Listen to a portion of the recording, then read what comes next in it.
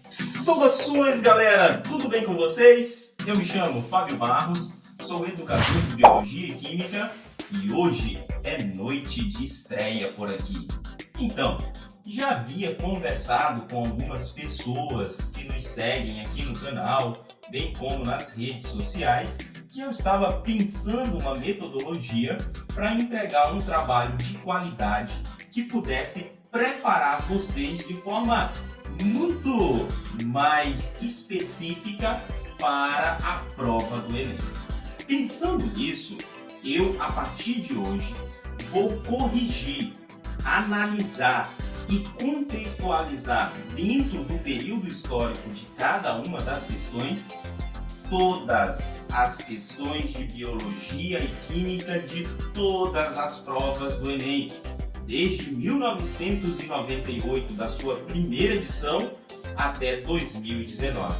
Vou passar questão por questão, analisando cada uma do ponto de vista técnico do Enem, segundo a matriz curricular, habilidades e competências, bem como o assunto propriamente dito, aprofundando naquela parte do assunto e também corrigindo especificamente a questão, dizendo por que a questão, aquela alternativa é a alternativa certa e por que as outras estão erradas. Eu não sei se você já fez a prova do Enem anteriormente, mas uma das grandes queixas dos educandos é que eles leem o enunciado, às vezes não sabem interpretar, mas quando sabem que chega nas alternativas, parece que todas as alternativas estão corretas. Então, para sanar essa dificuldade, para melhorar o nosso desempenho no Enem, a partir de hoje, todas as questões serão corrigidas aqui. Para nos ajudar também a entregar esse serviço de qualidade e melhorar cada vez mais o nosso trabalho, deixe aqui o seu comentário com dicas e sugestões para nós. Ele é muito importante. Eu vou ler cada um e analisar cada um com carinho. Mas também curta o vídeo e principalmente olhe lá embaixo. Se lá tiver vermelho é porque você não é inscrito. E é muito importante para nós que você se inscreva no canal, porque aí o YouTube começa a entregar para mais pessoas e a gente então começa a fazer um trabalho de melhor qualidade. Também é fundamental que você compartilhe este conteúdo com seus amigos para que outras pessoas tenham acesso a este conteúdo também e a gente consiga criar uma grande comunidade que trabalhe todos coletivo em favor de ter sucesso nessa grande prova que é o Enem. Já sabe também, o nosso trabalho aqui sempre parte do seguinte princípio: toda vez que a gente for começar um vídeo, nós estamos iniciando uma aula. Então, introniza. Você entrará a partir de agora em uma sala de aula. Por isso, sente em um local confortável, com o seu lápis, sua caneta, sua borracha, seu caderno, seu copo com água, sua xícara de café, para que a gente possa tranquilamente aprofundar no conteúdo. E sem mais delongas, sem mais demora, vamos então ao nosso primeiro assunto, que é, partindo desde o início numa ordem cronológica em biologia, mas também em química, posteriormente vamos em ordem cronológica nos assuntos e o nosso primeiro assunto é então origem da vida. A metodologia será da seguinte forma: nós iremos trabalhar assunto por assunto, analisando todas as questões que caíram a respeito desses assuntos. Então, sem mais enrolação, vamos ao nosso primeiro assunto em biologia, que é a origem da vida, para então aprofundar no conteúdo. Então, galera, segundo a nossa metodologia, iremos trabalhar todas as questões do Enem por assunto, em ordem cronológica, primeiro, segundo e terceiro ano de biologia, que equivale a biologia 1, 2 e 3. Então, vamos iniciar em biologia 1, hoje com o primeiro assunto, que é origem da vida. Em origem da vida, caíram 4 questões ao longo de toda a história do Enem. Aí vocês perguntam: professor, é muito pouco, né? 4 questões? relativamente pouco, tem assuntos que caem mais. Mas é sempre bom a gente aprofundar porque já caiu.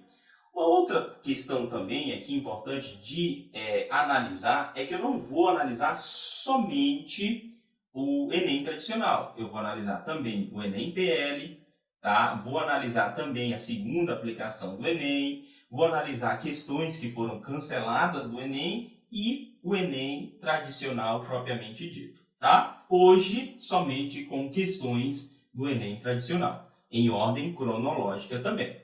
Então, a primeira questão que caiu sobre origem da vida no Enem foi, então, já vou projetar aqui para vocês já sabem como é que é o mecanismo do canal, aqui no nosso slide, foi em 2000. E ela diz o seguinte: o gráfico abaixo representa a evolução da quantidade de oxigênio na atmosfera no curso dos tempos geológicos. O número 100 sugere a quantidade atual de oxigênio na atmosfera e os demais valores indicam diferentes porcentagens desta quantidade. Então, vamos projetar o gráfico.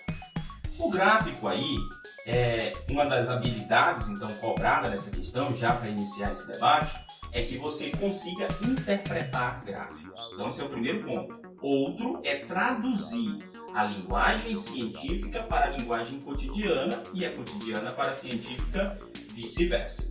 Então, analisando o gráfico, primeiramente, nós temos no eixo do Y, aqui a quantidade de oxigênio sendo medida em porcentagem da quantidade mais baixa, em zero total, até 100%, que seria a quantidade atual. No eixo de X, que é essa seta de baixo, nós teríamos então o tempo medido em bilhões de anos. Todos eles estão negativos, significa então que são bilhões de anos atrás. O gráfico ainda está dividido em seções, que é da atmosfera primitiva, a atmosfera semelhante à do planeta Marte e do anteparo de ozônio. O anteparo de ozônio, lê-se a camada de ozônio formada. Nós temos ainda aqui o primeiro ponto do primeiro segmento do gráfico seria a pneumatosfera primitiva, é a atmosfera primitiva. O aparecimento da vida, depois o começo da fotossíntese, as primeiras células eucariontes, e aí nós temos alguns períodos geológicos, como apontava então o nosso enunciado. O pré-cambriano, depois nós teríamos o primário, o secundário, o terciário e o quaternário. Entre o pré-cambriano e o primário, nós teríamos então os primeiros vertebrados e a conquista do ambiente terrestre, a conquista da Terra, tá? Que é quando a vida saiu da água e passou então a caminhar sobre a Terra. Então, a partir daí, a partir desse gráfico, só fiz agora só apresentei o gráfico para vocês, ainda não fiz a análise dele, mas pergunta-se, de acordo com o gráfico, é correto afirmar. Então veja, antes de entrar propriamente em cada uma das alternativas, existe uma hipótese muito importante sobre a origem da vida que é chamada de hipótese heterotrófica. Preste muita atenção nisso. Ela parte do princípio que os primeiros seres vivos a surgir seriam heterotróficos. Por quê? Porque eles não poderiam ser autotróficos, posto que a atmosfera primitiva, na sua composição, não teria CO2, que é um gás importante para a realização da fotossíntese. Por isso, a fotossíntese surgiu depois, como está sugerindo aqui no gráfico. Então, muito possivelmente, este gráfico trata-se da hipótese heterotrófica. Vamos analisar ainda mais. Esses primeiros seres vivos, inicialmente o seguinte, vamos partir do seguinte ponto. A composição da atmosfera primitiva seria, então, de amônia, gás hidrogênio, vapor de água e gás metano. Então, essa seria a composição da atmosfera primitiva. Aí vocês me perguntam, professor, como é que os cientistas sabem disso? Chutaram aleatoriamente? Nada na ciência é chutado aleatoriamente. Tudo é com base em análise de fenômenos naturais ou, no caso da paleontologia, investigando o passado a partir de evidências. Então, tem duas possibilidades. A primeira, e que também está incluída na segunda, é que existem rochas muito antigas, né, que datam da origem da Terra, que eram de quando, por exemplo, a Terra era formada por magma, ou seja, rocha derretida, e estava girando a uma alta velocidade. Essa alta velocidade não deixava a Terra esfriar. E o que acontecia aqui? Esse magma em constante agitação na superfície da Terra poderia ir concentrando dentro da sua estrutura bolhas de ar da atmosfera primitiva. Depois, essa Terra esfriou, a rocha se formou e pequenas bolhas de ar ficaram presas dentro da rocha. Se a gente então consegue datar essa rocha e saber que ela é de bilhões de anos atrás, dada a origem da Terra, que seria aqui medida no gráfico em aproximadamente 4 a 3,8 bilhões de anos, nós teríamos aqui, então, tirando de dentro dessas rochas, essas bolhas de ar e analisando a composição desses gases, nós teríamos a atmosfera, a composição da atmosfera primitiva. Todas elas batem com amônia, hidrogênio, vapor de água e gás metano. Nós temos também a chamada área da biologia paleoclima, que vai analisando o clima dentro de cada período geológico a partir de evidências. E uma das evidências, como falei para vocês, seria então o ar preso em rochas. Nós temos o seguinte, então, analisada a composição da atmosfera primitiva, nós não temos CO2, então não teria espaço para os seres fotossintetizantes. Quem poderia ser os primeiros heterotróficos, que seriam unicelulares, capazes de realizar seu metabolismo em uma atmosfera primitiva? Seriam seres anaeróbicos, ou seja, aqueles que não precisam de oxigênio para o seu metabolismo. São aqueles que existem até hoje, as arqueobactérias, que fazem fermentação. Ou seja, o produto final da fermentação, elas comem a matéria orgânica e produzem como resíduo o CO2.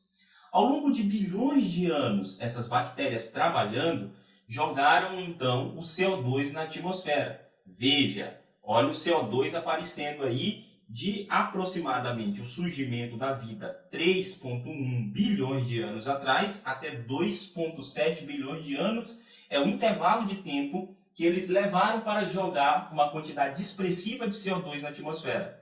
E formataram um ambiente propício para o surgimento, então, dos primeiros seres fotossintetizantes. Porque agora eu tinha CO2 na atmosfera, gás essencial para a realização da fotossíntese.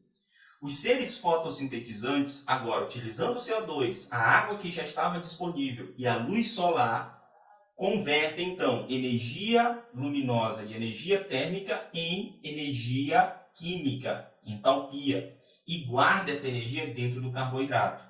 Só que veja, tem um resíduo que é produzido aqui.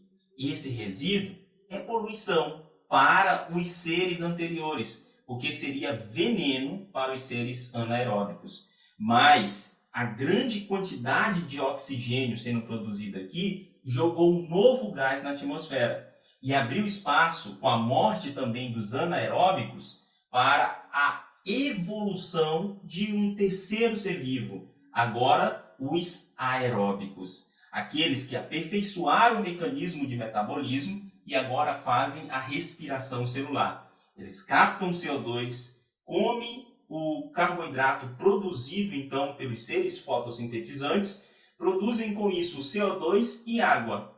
O CO2 vai ser o gás que vai ser reutilizado pelos seres fotossintetizantes, que produzirão em troca o oxigênio. Isso criou um mecanismo chamado por nós de autossustentabilidade da vida.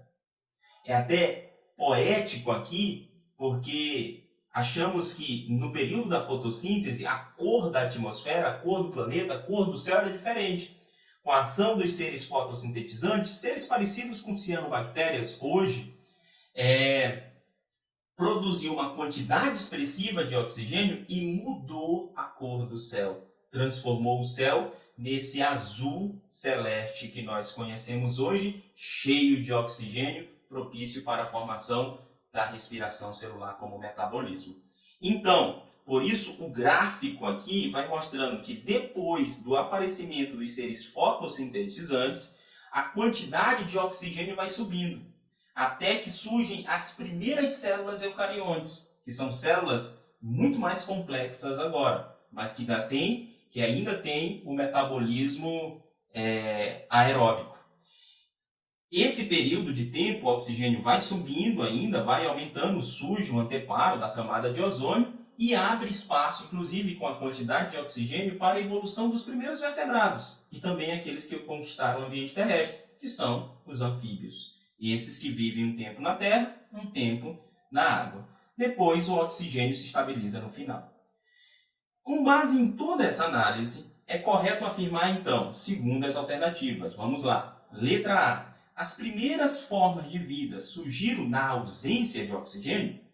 Vamos recorrer ao gráfico. Então, se eu analiso o gráfico, as primeiras formas de vida, quando apareceram em 3,1 bilhões de anos atrás, a seta que indica a quantidade de oxigênio está tocando em zero. Então, em zero de oxigênio. Quem que vivia aqui? Os seres anaeróbicos. Ou seja, essa resposta está, então, correta. Está certa. Como eu falei para vocês inicialmente, nós vamos saber por que essa está certa, já vimos isso, mas por que as outras estão erradas. Vamos nessa.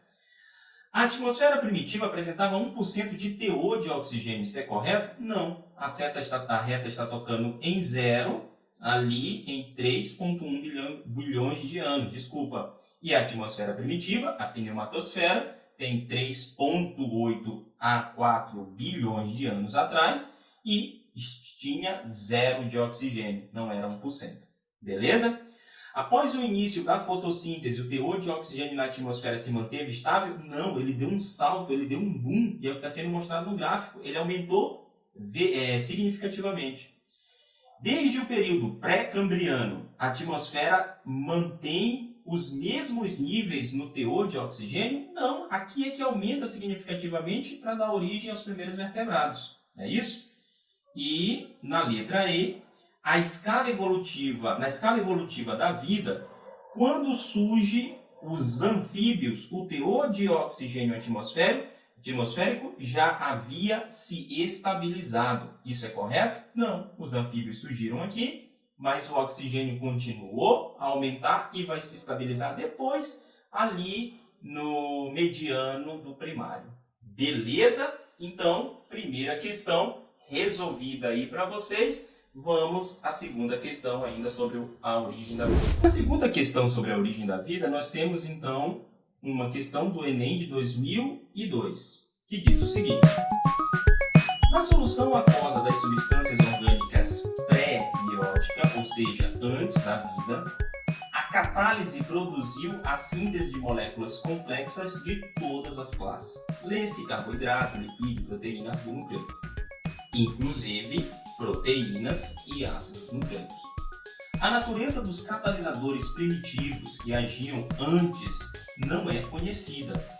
É quase certo que as argilas desempenharam um papel importante, ou seja, cadeias de aminoácidos podem ser produzidas em tubo de ensaio mediante a presença de certos tipos de argila, e isso já de experimentos hoje. Mas o avanço verdadeiramente criativo, que pode, na realidade, ter ocorrido apenas uma vez, ocorreu quando uma molécula de ácido nucleico aprendeu a orientar a reunião de uma proteína que, por sua vez, ajudou a copiar o próprio ácido nucleico. O que eu tenho aqui é uma proteína com ação enzimática que está ajudando na duplicação do ácido nucleico, é o que ocorre ainda hoje com o DNA, com a sua propriedade de autoduplicação. Em outros termos, um ácido nucleico serviu como modelo para a reunião de uma enzima que poderia então auxiliar na produção de mais ácido nucleico. Com este desenvolvimento, apareceu o primeiro mecanismo potente de realização. A vida tinha então começado. Na teoria também da origem da vida, de Oparin e Haldane, né?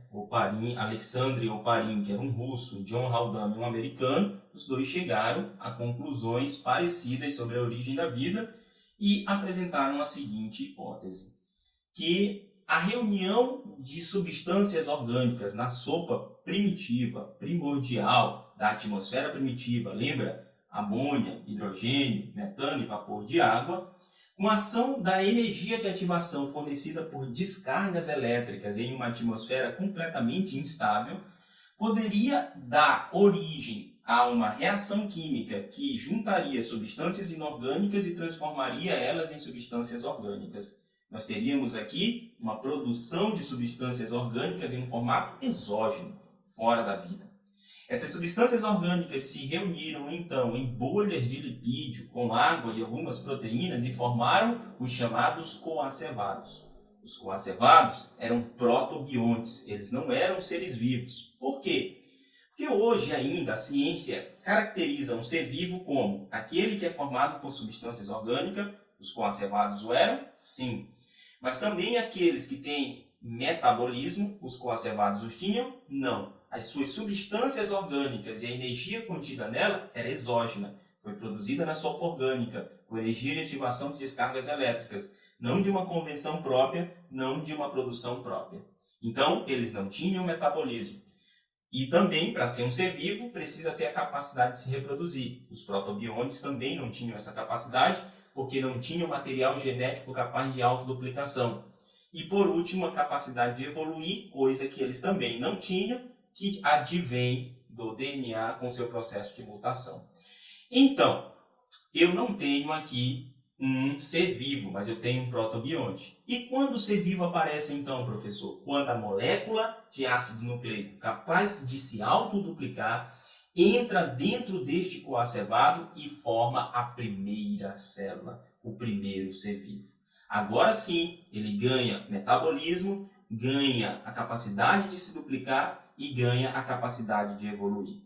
Contando com isso, e a análise do texto, vamos então ao nosso gráfico.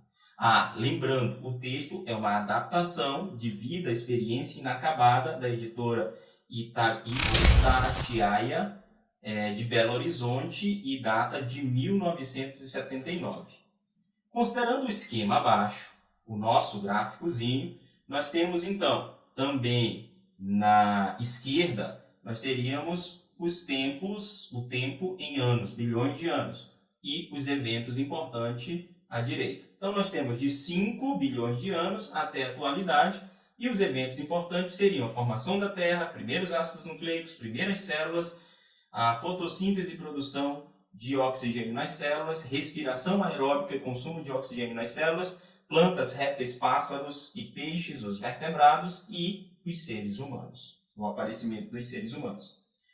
Com base no gráfico, que também é adaptado do Grupo de Pesquisa em Educação Química da USP, Interações, Transformações, Atmosfera, Fonte de Materiais Extrativos e Sintéticos, São Paulo, EDUPS, de 1998.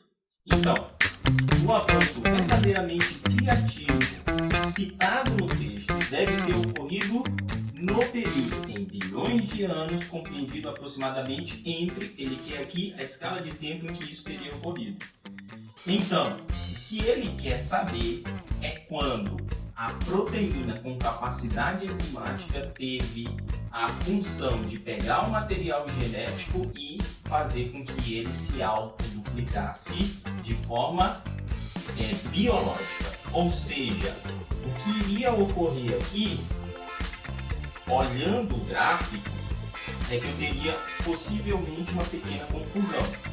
Porque se você analisa os primeiros ácidos nucleicos a aparecer, nós teríamos aqui entre 5 a 4 bilhões de anos.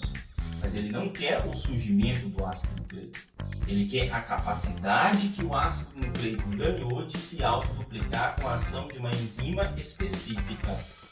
E isso ocorre dentro do bionte, dentro do agora recém-chegado sobre a Terra, bionte. E isso só vai ocorrer com o surgimento da primeira célula. quando o ácido nucleico entra dentro dela e ganha a capacidade de se autoduplicar pela ação enzimática de uma proteína específica. E isso, com o surgimento da primeira célula, ocorre entre 4 a 3 bilhões de anos. Ou seja, a resposta correta, então, para essa questão é a nossa letra, só um minuto aqui no meu computador, de 4 a 3 bilhões de anos, né? Então nós teríamos aqui de 4,5 a 3,5 bilhões de anos, a letra B. Beleza, galera? Então mais uma questão resolvida. Ainda tem 2 questões para resolver, mas como o vídeo vai ficar muito longo e eu não quero me alongar tanto, fica para o próximo. Não esqueça de curtir o vídeo, deixar seu comentário com dicas e sugestões para nós. Também de assinar o canal e apertar no sininho para receber a notificação e ficar por dentro do próximo vídeo e arrebentar no Enem. Vamos que vamos, até o próximo vídeo, falou!